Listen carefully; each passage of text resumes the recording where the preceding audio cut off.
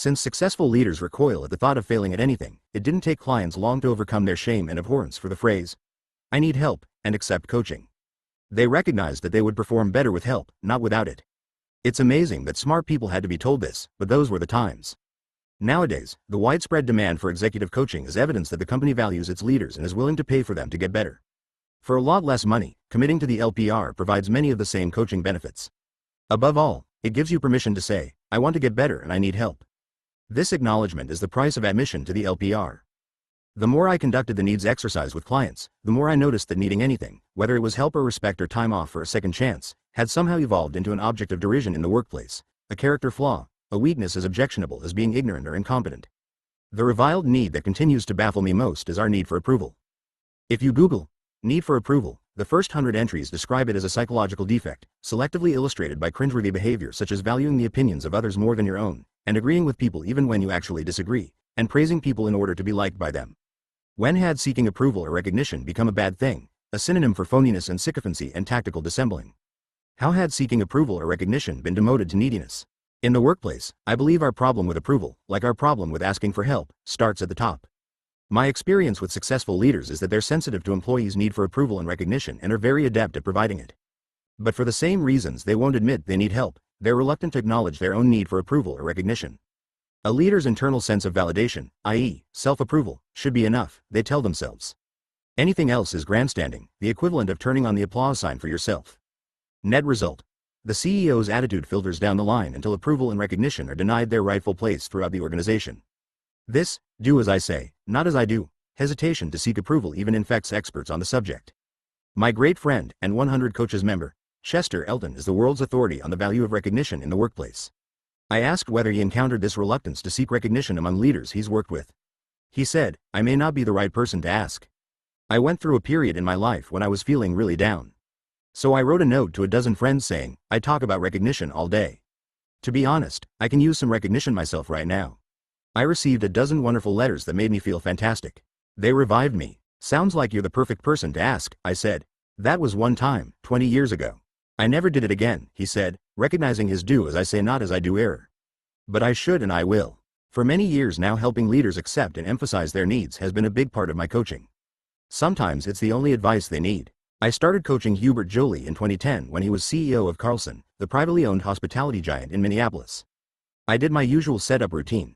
I interviewed Hubert's direct reports and the Carlson board of directors, distilling their feedback into 2 reports. First, I sent Hubert the report of all the positive feedback, advising him to appreciate it. The next day I sent the longer report about his negatives, telling him to digest it slowly. Although he was already a respected leader, of the 20 executive bad habits I listed in What Got You Here Won't Get You There, Hubert, by his count, was guilty of 13. His big issue was thinking he always had to add value, out of which flowed his other issues, such as needing to win too much and passing judgment. Then we met, and I could see where his reputedly excessive need to be right came from. He'd been at the top of his class at the most elite schools in his native France. He'd been a star consultant at McKinsey. In his 30s, he became president of EDS France, then moved to the United States, where he eventually rose to the top of Carlson. But I also learned he was a bit of a religious scholar who'd collaborated with 2 monks from the Congregation of St. John. They'd met at business school, on articles about the nature of work. He was well read not only in the Old and New Testaments but in the Koran and the teachings of Eastern religions too. I liked him immediately. I didn't belabor each of the bad habits in his report. I told him to pick 3 that he wanted to work on and commit to improving. Then the coaching process began. The apologizing to colleagues for past behavior, the promising to do better, the asking for help, and the grateful acceptance of feedforward advice. 2 years later, Hubert became CEO of Best Buy, where he faced one of the biggest challenges in American business, saving a big box electronics retailer competing on price against Amazon. Hubert's improvement before he started at Best Buy was so significant, he could have taken a victory lap and ended our coaching relationship. But he didn't, for 2 reasons. 1, he was committed to continuous self-improvement, having grown very comfortable with expressing his need for help, and 2, he wanted his new colleagues at Best Buy to see the self-improvement process in practice. So he invited me to come along for the ride as his coach at his new job. He went public with his need for help, in effect telling his staff, "I have a coach. I need feedback. You need feedback too." His strategy for Best Buy was to compete with online retailers not on price, but rather by offering better advice, convenience, and service. This meant that when a customer came to one of Best Buy's 1,000+ showrooms, the floor people had to be so knowledgeable and enthusiastic that the customer would have no reason to buy anywhere else. In other words, Hubert was betting the store solely on the employees of Best Buy. As Hubert became more acquainted with Best Buy and we discussed how to get the workforce behind his strategy, he came up with a remarkably counterintuitive strategy. Hubert wasn't going to help the employees in the usual top-down management approach. Quite the opposite, he would ask them to help him. He would expose his vulnerabilities publicly to them, acknowledging his need for help at every step. He would ask for their approval, not in the form of personal, "Do you like me?" assurances, but rather in the form of their buy-in and commitment to his strategy. Like a great salesperson always asking for the order or a savvy politician never forgetting to ask citizens for their vote, Hubert's ask went deep and close to the bone. He asked employees for their belief in his strategy by asking for their heart. And they gave it to him. All he had to do was ask. In the course of transforming Best Buy, during which the stock price quadrupled and Jeff Bezos of Amazon would say in 2018, the last 5 years, since Hubert came to Best Buy, have been remarkable. Hubert transformed himself as a person as well. To his employees he became a human being, imperfect and vulnerable, willing to admit he didn't know everything and therefore willing to ask for help. He joined Alan Mulally and Francis Hesselbein as one of my 3 most successful coaching clients, Alan and Francis because they had to change the least, they were already great when we met and became even greater, Hubert because he changed the most. If I can leave you with only one piece of advice to increase your probability of creating an earned life, it is this: ask for help. You need it more than you know. You would not hesitate to call a doctor if you were in extreme physical pain, or a plumber if your kitchen sink was clogged, or a lawyer if you were in legal trouble. You know how to ask for help. And yet there are moments in each day when asking for help is clearly the better choice and you decline to do so. Beware 2 situations in particular. The first is when you are ashamed to seek help because doing so will expose your ignorance or incompetence. The teaching professional at a golf club once told me that fewer than 20% of the 300 members at her club had ever taken a lesson from her. They were too embarrassed by their faulty swing to let her help them. I pay my bills giving lessons to the 30 or 40 best golfers at the club, she said. They only want to shoot better scores. They don't care how they got there or who helped them. Their scorecard doesn't care either. The second situation begins when you tell yourself, I should be able to do this on my own. You fall into this trap when the task you're facing is adjacent to knowledge or a skill you think you already possess. You're driving through a familiar neighborhood, so you should be able to reach your destination with no need for directions from your phone's GPS. You've given speeches before, so you don't need a friend's helping ear to fine-tune a wedding toast or your most important sales presentation of the year. I do not have this problem anymore, which is why, did I do my best to ask for help? Is no longer on my list of basic daily questions. I declared victory in this battle many years ago, when I asked myself what task or challenge in my life could be more profitably and efficiently dealt with alone rather than with solicited help from other people, and couldn't come up with an answer. You should too. Consider all the times someone, friend, neighbor, colleague, stranger, even foe, has asked you for help. Did you refuse them, resent them, judge them to be stupid, question their competence, or deride them behind their back for needing help? If you're like most good people I know, your first impulse was to help. You'd demur only if you lacked the capacity to help, and you'd probably apologize for it, regarding your inability as somehow your failure. The one response you wouldn't offer is an instant and outright no. Before you reject the idea of asking others to help you, consider this. If you are willing to help anyone who asks for your help without thinking ill of them, why would you worry that other people won't be as generous and forgiving when you're the one seeking help? The golden rule, by definition, works both ways, never more so than when help is on the table. An even more meaningful question: how have you felt when you have helped others? I think we can agree that's one of the great feelings, right? Why would you deprive others of the same feeling? Oceanofpdf.com. Exercise. Write your history of help. Here is an exercise in recovered memory and humility. Do this. Make a list of your 5 to 10 proudest achievements, particularly the ones where the accomplishment felt well deserved. Now imagine you were invited to receive an award for each achievement and you were expected to give a thank you speech in front of all your relatives, colleagues, and friends. Whom would you thank, and why? I suspect you'll find in each case that you did not succeed without help. I'm not talking merely about instances of unexpected luck and serendipity, but rather the gifts of other people's wisdom and influence that helped advance a project or avoid a catastrophic misjudgment. Without this trip down memory lane, I suspect you will always be underestimating how much assistance you have received in your life. Once you appreciate all the help you've either forgotten or failed to credit in your life, you are finally ready for the alarming payoff of this exercise. You can imagine, and kick yourself with regret, how much more you could have achieved if you had asked for help more often. Now extend your imagination forward. Where do you need help in the future? And who are the first people you would ask to help you? Oceanofpdf.com. Chapter 12. When earning becomes your habit. When does earning begin? When does it end? When do we take a time out from all our strivings to savor the process and reevaluate, often concluding we need to earn something new? In the preceding 4 chapters we've considered the discipline required to achieve an earned life, and how it is an acquired skill, the product of our compliance, accountability, follow-up, measurement, and community. We've also examined the simple structural elements of the LPR, or Life Plan Review, as a system to help us stay on plan. And we've been reminded that we do much better when we concede our need for help. Discipline. Staying on plan. Asking for help. The next consequential issue is the matter of timing. Achieving an earned life is hard work, often all-consuming. But we're all human. Our resources, energy, motivation, concentration, deplete. When should we step on the accelerator and when do we step back to recover and reboot, balancing the urgency to always be earning, with our need to reflect on what we've accomplished and what remains to be done? Earning your life is a long game. Check that. It's the long game. You need a strategy anchored in both self-awareness and situational awareness to sustain the urgency and avoid burnout, until earning has become your habit. 1. Earn your beginnings. In the course of a lifetime, you will experience episodes when one phase of your life ends and another begins. Some of them are predictable markers of modern life. Graduation, your first real job, marriage, your first house, parenthood, divorce, career success, career failure, the loss of a loved one, a lucky break, a big idea. These moments can be exhilarating or confusing to the point of paralysis. What do I do next? They can be opportunities or crises, turning points or setbacks. Gail Sheehy called them passages in her 1977 bestseller of the same name. My late friend Bill Bridges called them transitions. Every few years I revisit his 1979 classic on the subject, suitably titled Transitions. Highly recommended reading. We all experience these intervals between the old and the new. According to Bill Bridges, the transition process does not depend on there being a replacement reality waiting in the wings. You are in transition automatically when some part of your life ends.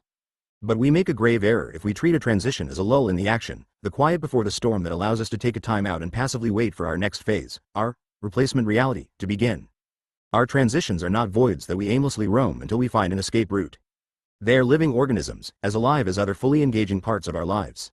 The American choreographer Twyla Tharp is an expert on transitions, having created more than 160 ballets and modern dances in her 50-year career. That's 160 plus transition periods between one finished dance and the next new dance. It's also 160 plus temptations, at least 3 a year, to lie down and take a nap before starting the next piece. Tharp doesn't take the bait. She doesn't wait for the next inspiration to whack her on the side of her head. She proactively seeks it. In her words, she has to earn her next beginning, putting the old piece behind her, researching composers, listening to music, working out steps alone for hours with a video camera running so no idea is lost. Then when all of these disconnected parts align, she's ready to start creating. This is how she earns her next beginning. To the untrained eye, what might look like a dead zone of inaction between projects is actually as focused and drenched in sweat as the intense hours rehearsing her dancers before opening night. Transitions to Tharp are not a respite from the earning process. They are one more critical part of it, as hard-earned as anything else she does. I think Tharp is right about this. Each of us has a unique set of criteria for defining the turning points in our lives, that moment when we begin to disengage with our previous self and start to accommodate the new person we want to become. Whereas a creative artist like Twyla Tharp might identify her transitional moments in a micro sense as the intervals between individual dances, or in a macro sense as the sharp breaks between major stylistic periods in her career. Akin to the gap between, say, Picasso's blue period and rose period. You and I might opt for different markers. For example, people are my markers for the big turning points in my life, specifically, people who offered me some variation of the "you can be more" speech. My earliest memory of such a person is Mr. Newton in 11th grade, who told me a D in math was inexcusable. He expected more from me. This has happened a dozen times in my life. Each of these dozen people, whether they intended it or not, induced a sudden dissatisfaction with my current self and a strong desire to become someone new.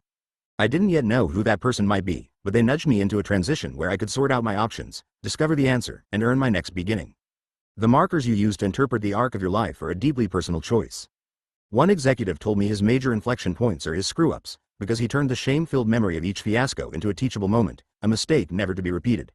Another said it was in the half-dozen moments when he realized he was no longer the most junior person in the room and that his influence had grown. He marked the passage of time by each moment he was made aware of his rising professional stature. An industrial designer marks off the inflection points in her career through the products she designed. Each design is like a milestone marking off the distance she has traveled between one product and the next. When she looks at the designs in chronological order, she sees the evidence of the evolving person she was when she brought each product to market. Age is also a factor. Your perspective on your major turning points changes with the accumulated years. In 2022, I can interpret my life through the lens of a dozen people's influence on me over a span of 73 years, whereas an 18-year-old's unit of measurement might be the 13 grades between kindergarten and senior year of high school, with summer break as the transition from one phase to the next. Later in life, the youthful transitions that felt like turning points will fade into the background, while other moments, unappreciated at the time, will emerge as defining ones. When she's 73 like me, I doubt if she'll include more than one high school episode among her turning points. You cannot know if you've begun to earn your next beginning until you know you're in transition. You cannot appreciate your transitions until you have a method for marking off your turning points. 2. Disengage from your past. Before you can effectively earn the next phase of your life, you have to disengage from the old phase you claim to have left behind. You not only have to let go of past achievements, you are not the person who earned those achievements, you also have to relinquish your old identity and way of doing things. It's okay to learn from our past, but I don't recommend going back to visit every day. When I first met Curtis Martin in 2018, it had been 12 years since he'd retired from the NFL. I was curious about how he handled the transition from pro athlete to civilian. What did he miss? What had been difficult to let go? I expected him to mention the competition, his teammates, the cheering, the usual stuff we hear in post-game interviews. Silly me. I wasn't close. Curtis said he missed the patterns of being a professional athlete. Players who make it to the NFL tend to be the best athlete in a generation from their high school. Since their early teens, they are noticed, coached, and cared for by well-intentioned adults. They never have to ask for direction from their elders. It is always coming their way, even when they are wealthy superstars in their 30s with minds of their own. From summer camp in July to the playoffs in January, every minute of an NFL player's day is programmed and regimented. What to eat, when to work out, when to study film and memorize the playbook, when to practice, when to take therapy for injuries, when to show up for the team bus or jet. It is not surprising that the most productive players come to correlate some portion of their success with the patterns of training and working they've adopted for so many years. This is where the every breath paradigm, every breath I take is a new me, asserted itself for Curtis. Maybe it's his awareness of the fragility of an athlete's career, that you're only as good as your last game and you can't rely on last season's statistics to keep your job. Maybe it's something Coach Bill Parcells told him. Curtis, you never want to take yourself out of the game, because the guy replacing you may never let you back on the field. But Curtis lives in the present, with his eye on the future. His past is always behind him, a relic he regards as a previous Curtis. Throughout his playing days, Curtis was operating on two tracks, Curtis the player and Curtis the former player. On the player track, he adhered to the patterns he was given, knowing they provided the focus that led to success. On the former player track, he was repurposing the lessons of football in real time into wisdom he could use for the rest of his life. When he retired at 33, it wasn't difficult for him to let go of his need for external direction, because he was ready to replace it with self-direction that came from within him, and that aligned with his larger aspiration, namely, to help others. He still needed patterns in his life, but now they were of his own making. When we are able to disengage from our previous selves, letting go of all the patterns from our past to create a new self becomes as easy as turning off the lights when we leave a room. 3. Master the earning response. There's no mystery to how we form a good habit. It's a well-researched behavioral concept these days, commonly described as a three-step sequence of stimulus, response, and outcome. My teachers in graduate school referred to it as the ABC sequence, for antecedent, behavior, and consequence. I've heard others describe it as the cause-action-effect sequence. Whatever the nomenclature, only the middle part of the sequence matters, our response, or behavior or action. That's the part we can control and change. If we respond poorly every time to the same stimulus, we shouldn't be surprised that we get the same disappointing outcome each time. Eventually our poor response becomes predictable, we've acquired another poor habit. The only way to eliminate the new habit is to consciously change our response to the unchanging stimulus with better behavior, e.g. instead of killing the messenger who brings us bad news, why not remain calm and thank the messenger? Change the response, then change the habit. I've made a career out of reminding very intelligent leaders of this precept. I tell them to treat any meeting with their staff as a minefield of dangerous stimuli that can bring out their most counterproductive habits. Having to be the smartest person in the room, adding too much value, winning every argument, punishing candor. My clients are quick studies. They don't need clinical therapy, just a reminder to be alert to their responses in a meeting. That reminder can be as simple as an index card set in front of them containing words that address their particular issue. Stop trying to win. Is it worth it? Are you the expert on this topic? Keeping the card in their line of vision is all they need to do to alter their response to an annoying stimulus. This is how good behavior is ritualized and repeated and transformed into a lasting habit. Can this same dynamic apply to something as complex and consequential as living an earned life? Can we turn earning into a habit, as automatic as saying, thank you, to a compliment? I say yes, as long as we add a thoughtful pause between the stimulus and the outcome before we make our official response. The pause gives us time to consider both the explicit and implicit message of the triggering event, as well as the desired outcome of any action we take. It pushes us to respond rationally, in our best interest, rather than emotionally or impulsively. In hindsight, on the rare occasions in my school years when someone told me, you can be more, I must have intuited that I was being presented with a meaningful transition in my life. A chance to shed the old Marshall and become someone new. The statement itself was the stimulus, telling me, you're blowing it, kid, while implying, if you don't change, you'll regret it for the rest of your life.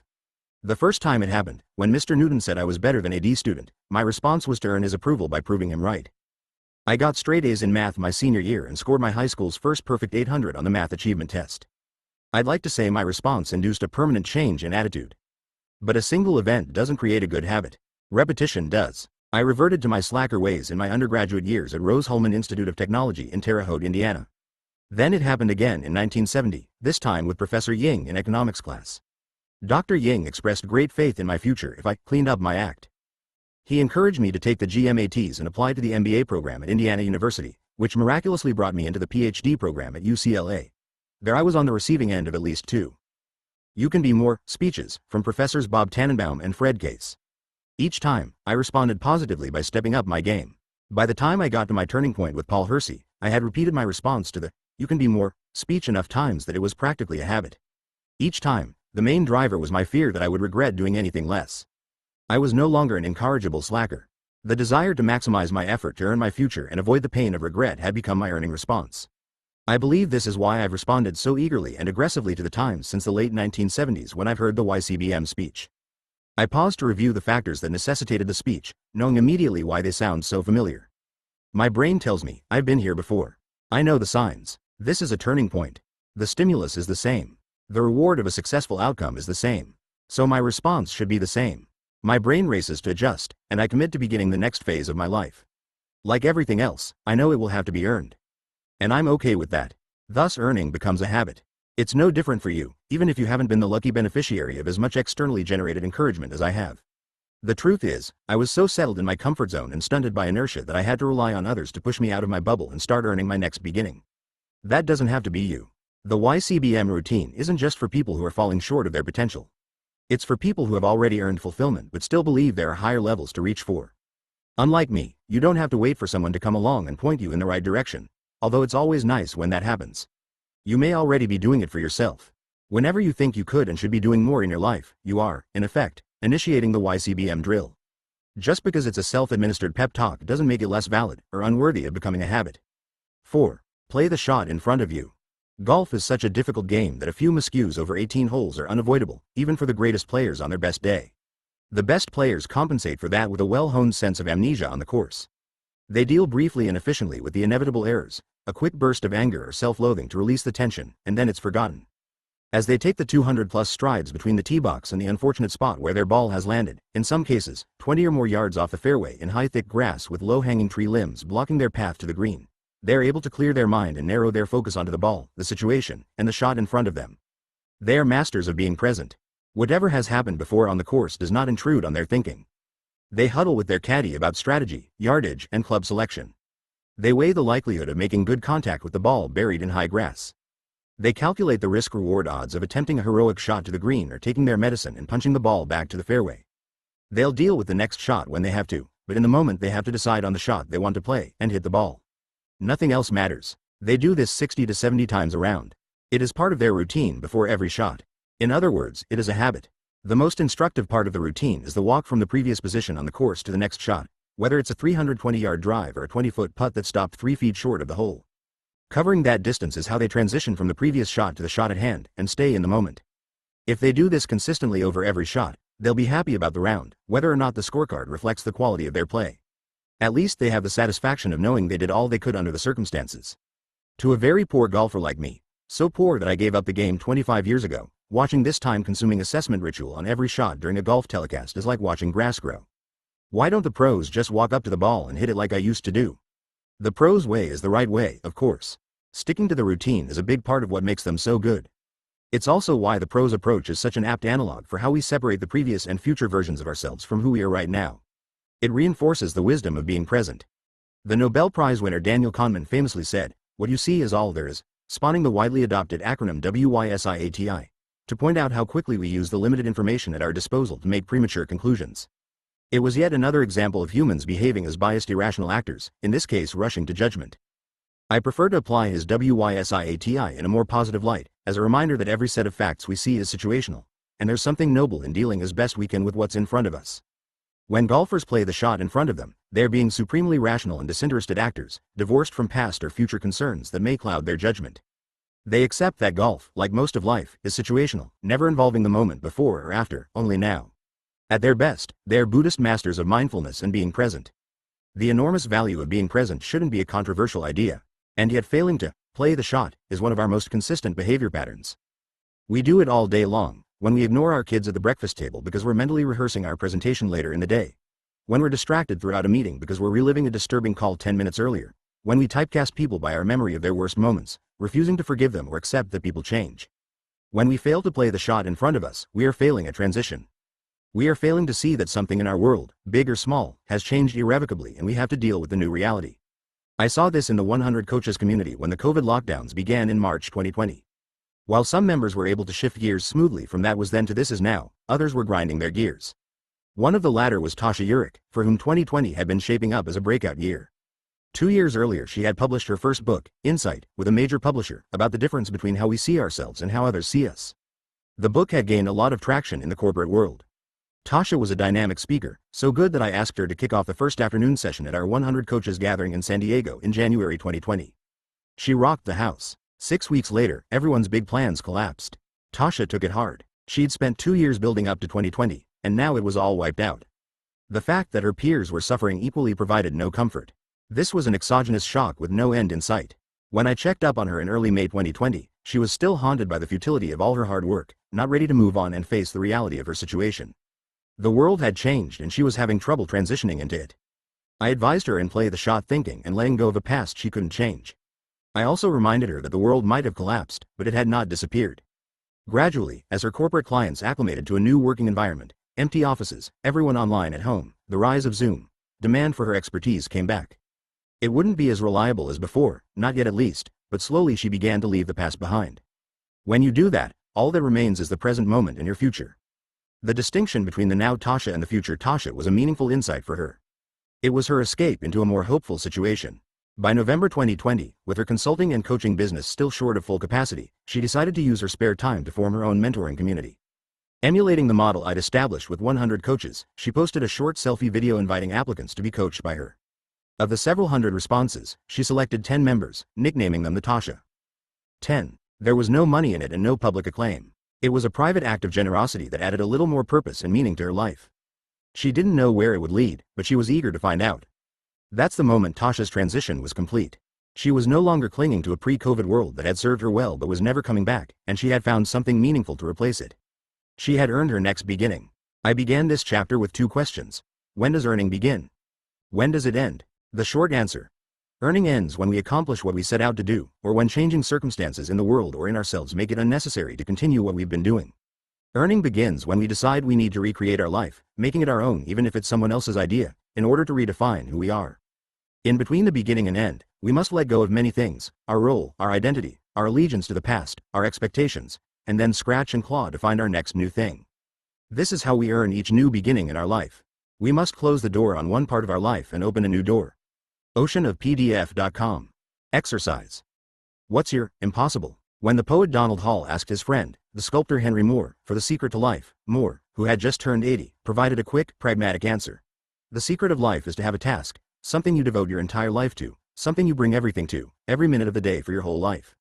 And the most important thing is, it must be something you cannot possibly do. To me, this is the perfect example of aspiration. Hall believed that Moore's definition of something you cannot possibly do was to be the greatest sculptor who ever lived and know it. A lofty aspiration, perhaps, but no higher than the seemingly ordinary desires many people harbor, to be happy or enlightened or remembered fondly after we shuffle off this mortal coil. What's your something you cannot possibly do? Oceanofpdf.com. Chapter 13. Paying the price and eating marshmallows. Some years ago I was one of the speakers at a Women in Business conference hosted by the Private Wealth Group at the Swiss bank UBS. The speaker preceding me was a pioneering female in the tech industry, the founder and CEO of her own company and something of a celebrity. 20 years later I still remember the wisdom and refreshing candor of what she said. She was a hard act to follow. She said she didn't conduct mentoring sessions too often, because running a company was a demanding job and she'd be spending all her time mentoring women if she accepted every invitation that came her way. She said she stuck to the 3 things in life that mattered to her. She spent time with her family. She took care of her health and fitness. And she tried to be great at her job. Those 3 roles ate up all her bandwidth. She didn't cook, do housework, or run errands.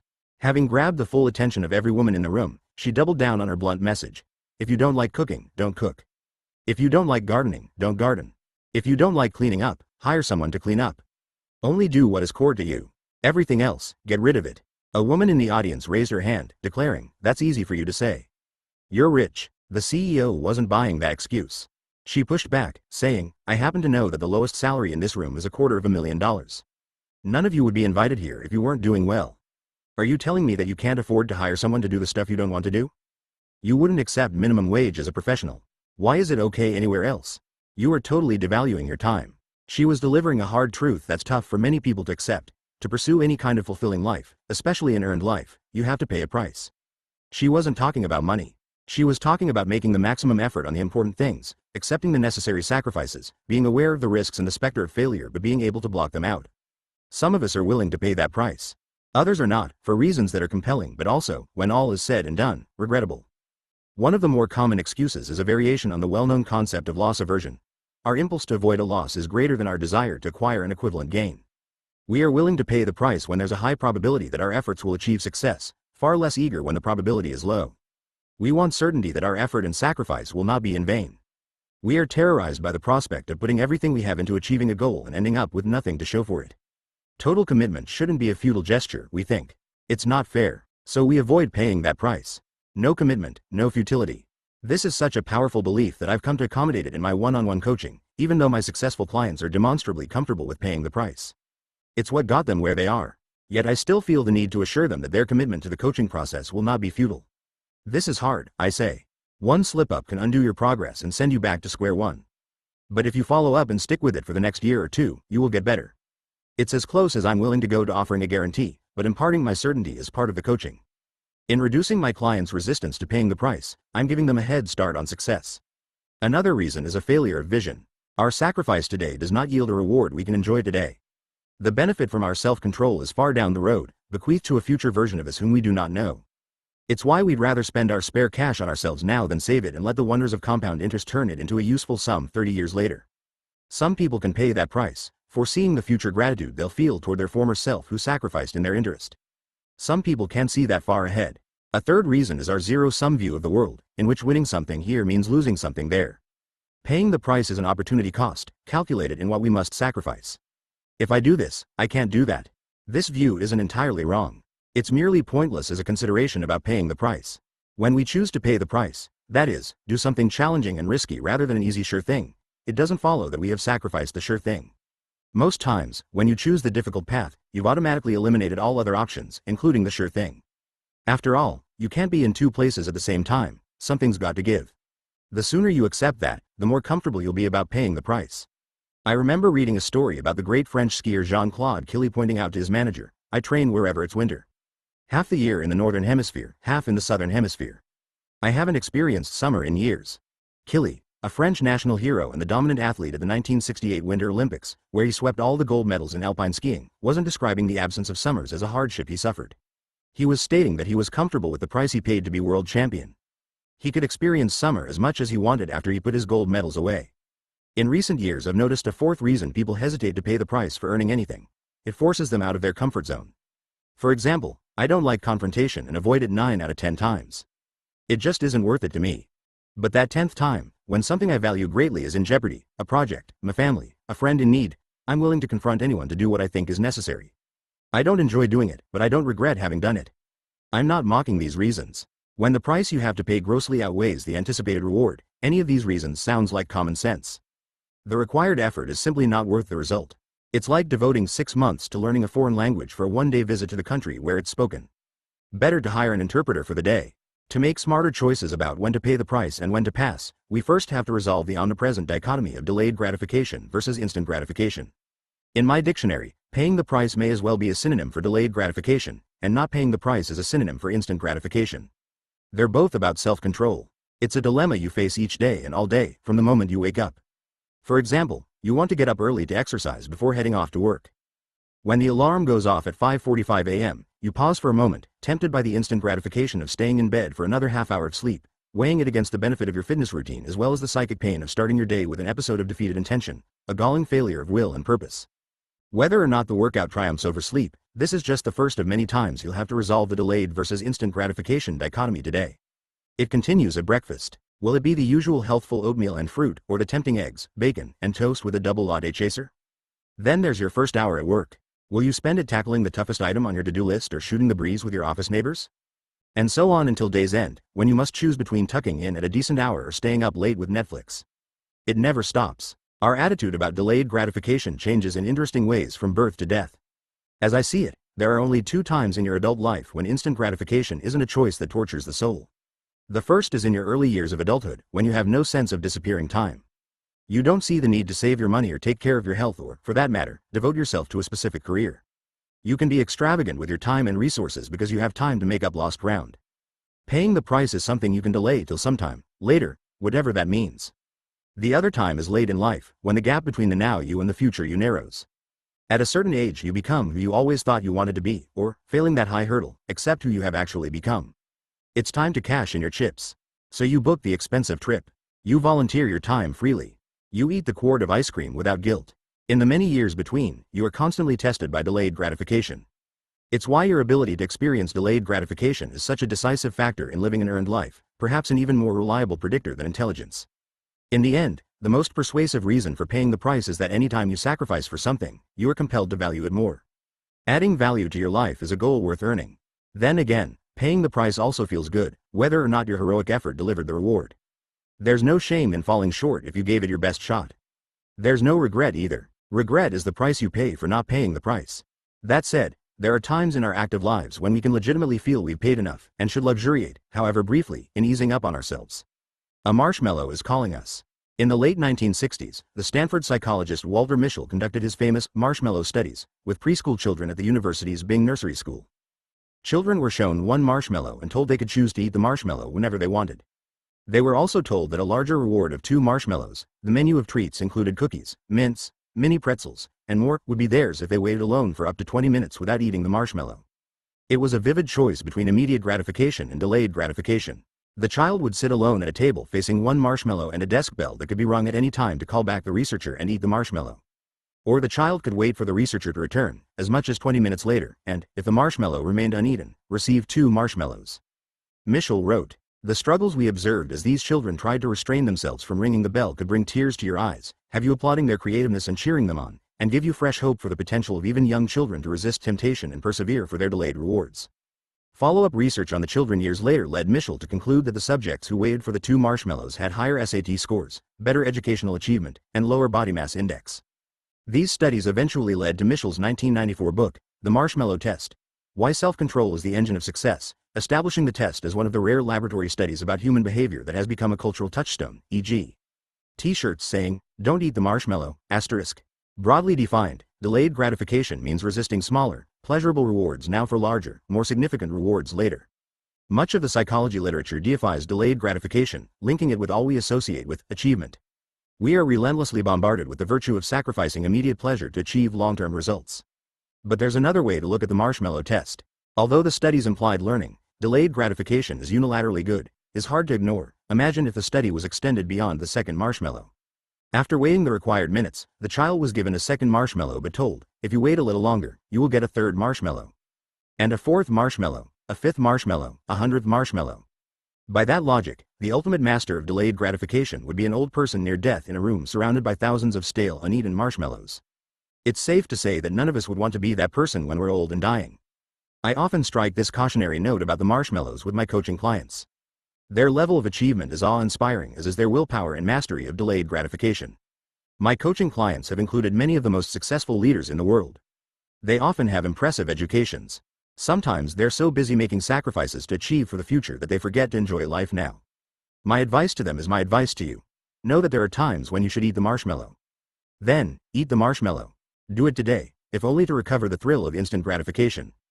Don't wait for some late-life glimpse of mortality event to shake you up. The business writer John Byrne, full disclosure, I officiated at his wedding, who collaborated with Jack Welch on his 2001 memoir, Jack. Straight from the Gut, told me a story about Welch after his heart attack and triple bypass surgery at age 59 in 1995. The surgery scared Welch into rethinking things big and small about his life. One lesson? Quit drinking cheap wine. Welch had been CEO of General Electric for 14 years by then and was a wealthy man, but you wouldn't know it from the inexpensive wine he had been serving at home. With his heightened awareness of life's brevity, Welch filled his cellar with nothing but the most precious Bordeaux Reds from then on. If you were dining with Welch at home, this is all he served. Basically, you were drinking a lucky man's marshmallows. In creating a great life for yourself, accept the fact that long-term achievement requires short-term sacrifice. But don't go overboard on delayed gratification. Stop to enjoy the journey.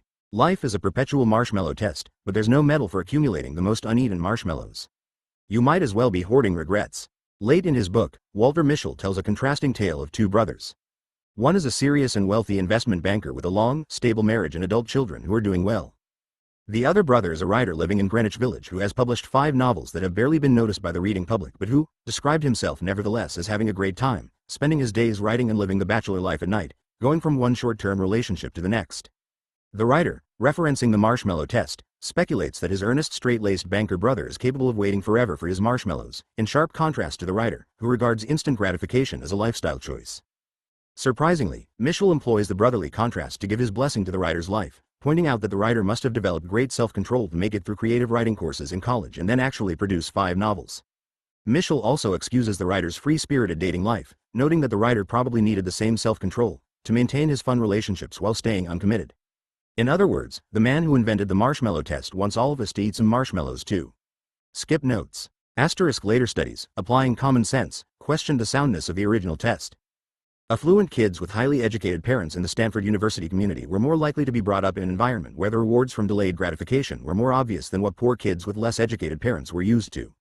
These children were also more likely to believe that the authority figure, the experimenter, would deliver the reward. Oceanofpdf.com. Exercise. Take the delay out of delayed gratification. This is an exercise to become more aware about the role delayed gratification plays in our lives. Do this. For one full day, filter every dilemma you face through the dichotomy of delayed gratification, not eating the marshmallow, versus instant gratification, eating it. Facing any either-or decision, pause for 7 seconds, a brief delay anyone can handle, and then ask yourself, can I delay gratification at this moment for the sake of a higher reward in the future, or am I taking the easy way out and settling for instant gratification? Put another way. Am I paying the price in this situation, or am I cashing in? If you find that the exercise makes you more alert to delayed gratification's rewards and your capacity to meet the challenge, at least more than if you mindlessly surrendered to instant gratification, try to stick with it as long as you can. It's not easy. It's a lot of self-monitoring, considering all the temptations we face each day. But like sticking with a diet or a fitness routine, if you can make it through the first 4 or 5 days without quitting, you've improved the odds that delayed gratification can become your default response rather than a remarkable event. Do that and you're ready for an advanced exercise. Now do this.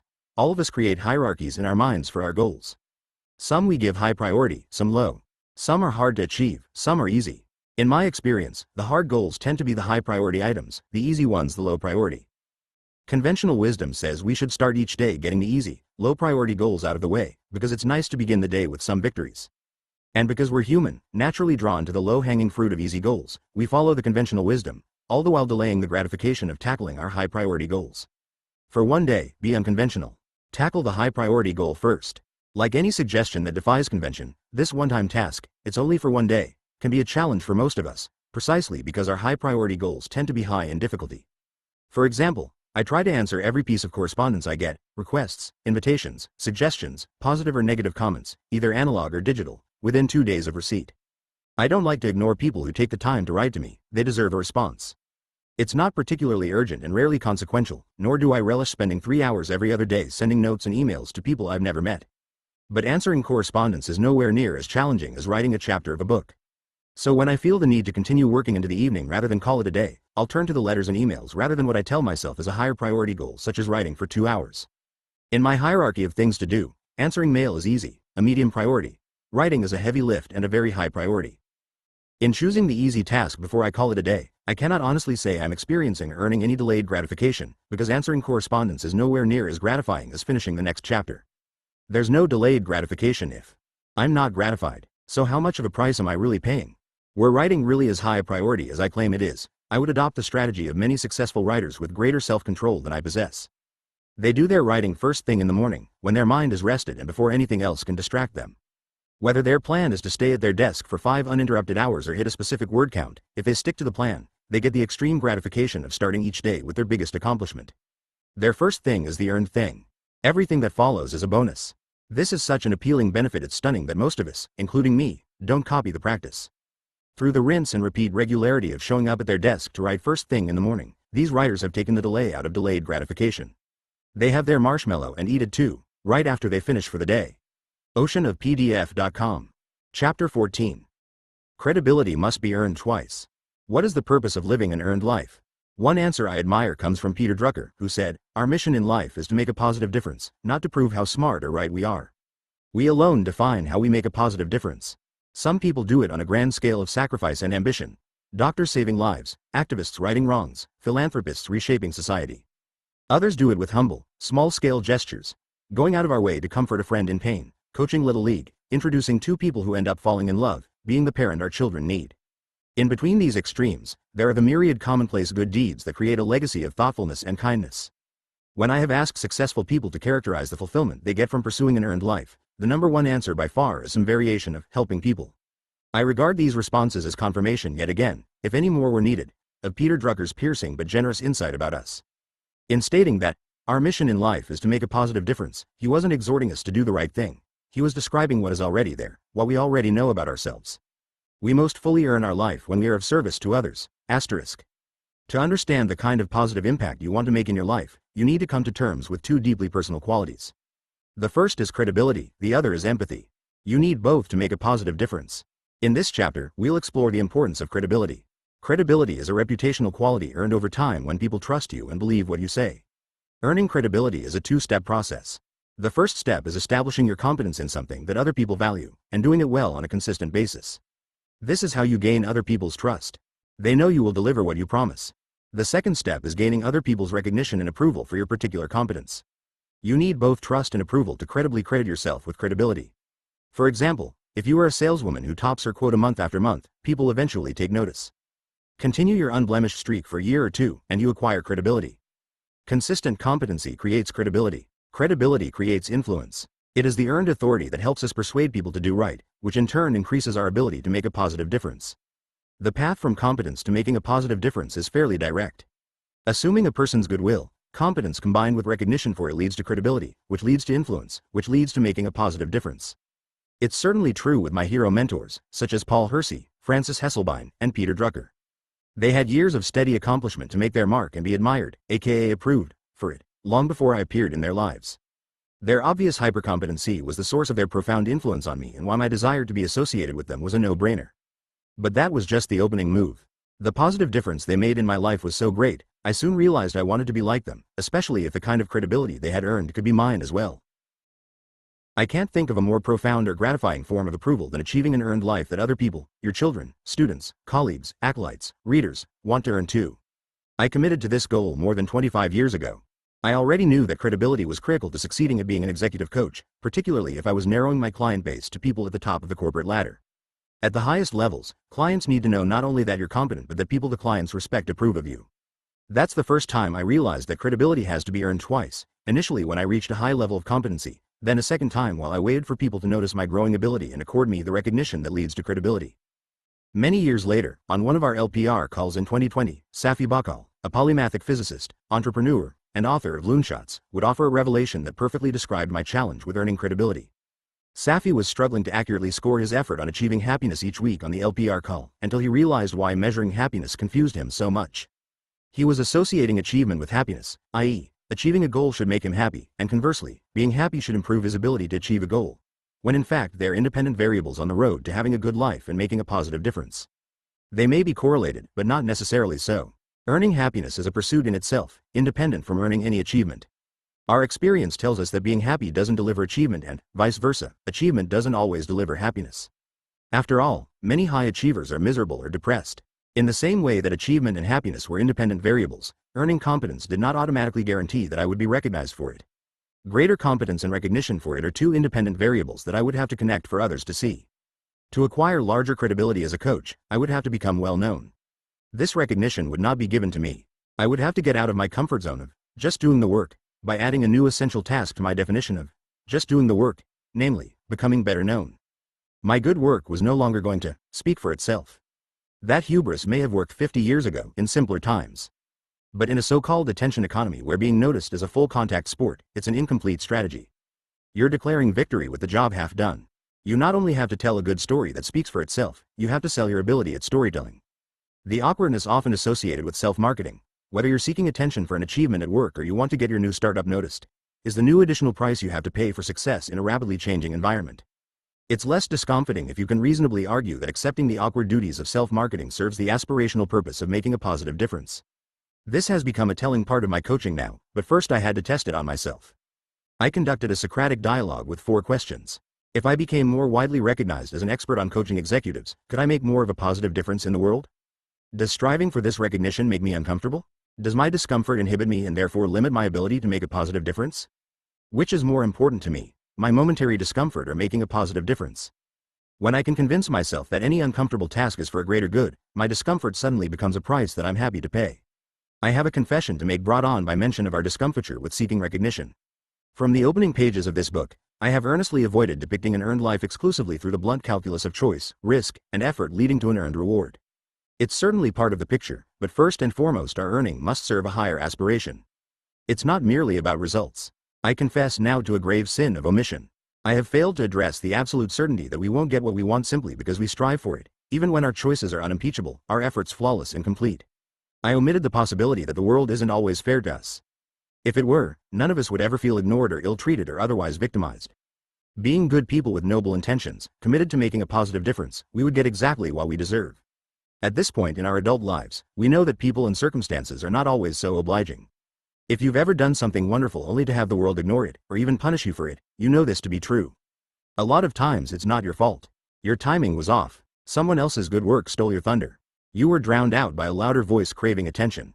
What's odd is that we see this problem clearly in other people but rarely accept it as reality when it happens to us.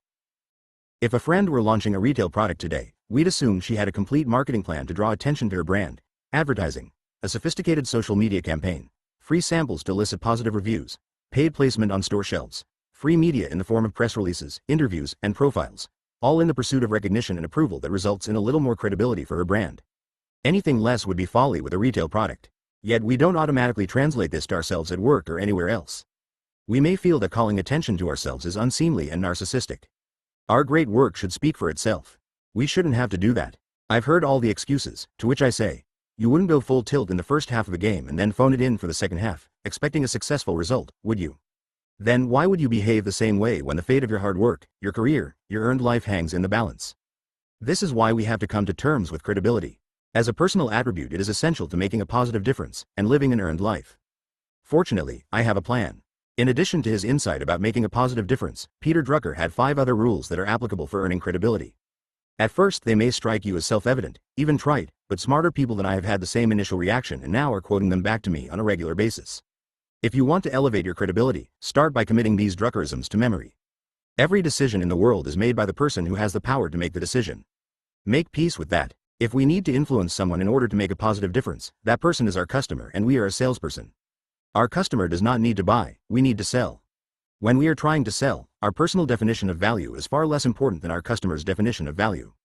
We should focus on the areas where we can actually make a positive difference. Sell what we can sell and change what we can change. Let go of what we cannot sell or change. Each of these rules assumes that acquiring recognition and approval is a transactional exercise. Note the frequent reference to selling and customers. The implication is that we must sell our achievements and competence in order to have them recognized and appreciated by others. These Druckerisms not only endorse our need for approval, they emphasize that we can't afford to be passive about it, not when our credibility is at stake. But there is a right way to seek approval and a wrong way. Since our earliest days, when we were trying to please our parents, we have spent our lives seeking approval from people who could influence our future. It continued in school when we sought our teachers' approval, then increased in intensity when our bosses and customers became the decision-makers who held sway over our livelihood. See Rule 1. The higher we climb, the more proficient we become at proving ourselves. Eventually it becomes second nature, we don't realize that we are doing it. That's when we start making mistakes that damage our credibility rather than enhance it. The following matrix will help you determine when proving yourself to others is a worthwhile activity, and when it is a waste of time or does more harm than good. The vertical axis measures one dimension, our level of striving to prove ourselves. The horizontal axis measures a second dimension of credibility, making a positive difference. The matrix illustrates the connections between the two dimensions. We are asking ourselves 2 questions. 1. Am I striving to prove myself? And 2. Will proving myself help me make a positive difference? The utility of the matrix is situational. In some situations our answers to those questions can be high or low. When both are high or low, we're in a good place. Let's examine what's at stake in each of these 4 quadrants and how it determines our behavior. Earning credibility. The most beneficial quadrant is in the upper right, where you're proactively seeking approval and it will make a positive difference in your own life or the lives of others. Aggressively seeking a job you know you can do better than anyone else is a good example. Some years ago, one of my coaching clients heard a rumor that he was being passed over for the CEO spot at his company. The job was rumored to be going to an outsider whom my client knew well and regarded as an all-hat and no-cattle charlatan. Disappointed as he was, my client was even more worried for the future of the company with this phony in charge. Has it been announced yet? I asked. No. Do you believe you're a better choice? Yes. Then it's just a rumor, I said. That's your opening to fight for the job. He wrote a 28-page proposal detailing his plans for the company and sent it to the chairman of the board, and alerted his boss, asking for a meeting to plead his case. At the meeting, the chairman of the board told him that he had indeed been passed over because he wasn't perceived as having a fire in the belly for leading the company. His gumption to write the proposal and sell himself directly to the chairman, the decision-maker who had the power to choose the next CEO, reversed that opinion. He got the job. This is the quadrant you want to be in, selling yourself with no fear, when your competency is not in doubt and the outcome will make a positive difference across the board. Anything less would be regrettable. Letting go. This is the "it's not worth it" quadrant, where straining to prove yourself will not make a positive difference and you don't feel any need for approval. Arguing politics with someone who is diametrically opposed to your position and unwilling to be moved by anything you say is a common example. Instead of banging your head against a wall with your opponent, you should be asking yourself, is this worth it? The answer is invariably no, and you have to let it go. I find myself in this quadrant a few times every day. It happens when I'm asked for my opinion on a topic on which I have limited knowledge, which could be anything from corporate strategy to macroeconomics to cooking. I've learned the hard, painful way that any uninformed opinion I offered could do more harm than good if it's taken seriously. This would not make a positive difference. I rely now on a standard 3-word response, not an expert. This ends the conversation, respecting and protecting all involved. Although both the conditions here are negative, this is the other good quadrant to be in. A double negative, after all, is a positive. When you're not trying to prove yourself and it won't make a positive difference if you were, your only acceptable response is letting go. Anything else is wasted time. Underselling yourself. This is the "I shouldn't have to" quadrant, where earning approval would improve your credibility and make a positive difference but you are unwilling to prove yourself. Sometimes it's the excess ego where you believe your ability speaks for itself, that your reputation is your sales pitch. So you hold back when you should be putting your best foot forward. Sometimes it's too little ego. You have self-doubt or feel like an imposter. You believe the competence attributed to you is not merited and you don't deserve approval. You're not expressing the confidence you should have. Overselling yourself. This is the tone-deaf quadrant, where the chances of making a positive difference are low to nil and yet your need for approval is jumping off the charts. You commit the sin of overselling.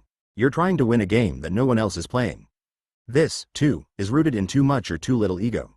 When we're underconfident, we compensate by overselling ourselves. This is the most common feedback I hear from board members when inexperienced people make presentations to the board. They often talk too much and overexplain.